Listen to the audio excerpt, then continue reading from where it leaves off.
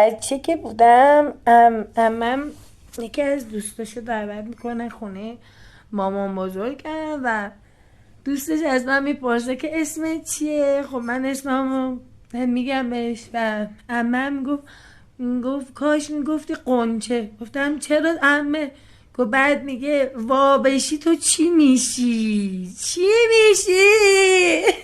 همه هنوز که هنوزه معنی حرف عممو نفهمیدم.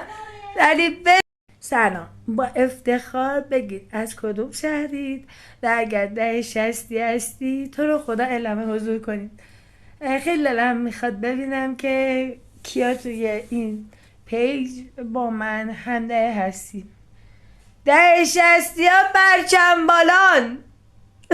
شما 10-60 ها از نسلی هستید که موقعی که میخواستیم به اینترنت وصل بشیم باید حتما بسته اینترنتی میگرفتیم و وقتی که سوکت رو میزدیم به پریز تلفن یه صدایی ازش در میومد، ای ای ای ای ای ای، این ستا میرد بعد دیگه وصل میشد. حالا امروزی ها راحت بس اینترنت یه سلام پر انرژی گرم به وجود تموم فالوورا.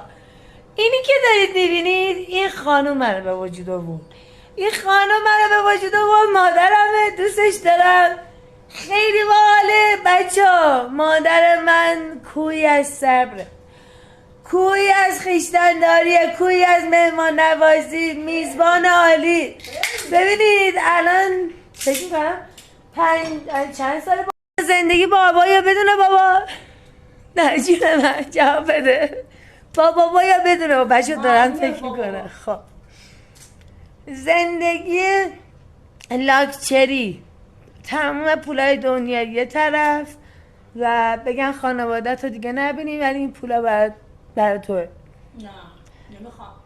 خب اگه خدا نعوذ بالله بیاد پایین و بگه یه آرزو کن، اون آرزو چیه؟ یه آرزو خوشبخت مصاحبه داشته باشیم با مامانم. حالا اگه موافق بودین بهم واکنش نشون بدین ببینیم چند نفر موافقید. بچه مامانه من واقعا میگم چون دختر حاجیه خیلی خیلی ازن نگم واسه اصلا از خوبیاش، از شب زنده داریاش بالای سر من. چون من خب بیماری لیکن پلان دارم، خودیمنی دارم، هی شبا بدنم میخوره. اون زمان